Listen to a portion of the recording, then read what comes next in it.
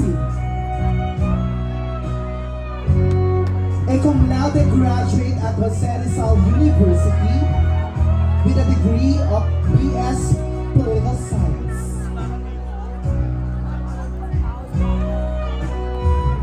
She is the chief executive of her own boutique, a ready-to-wear clothes, wearing a black accentuated silver gown created and designed by Lawrence Atahar.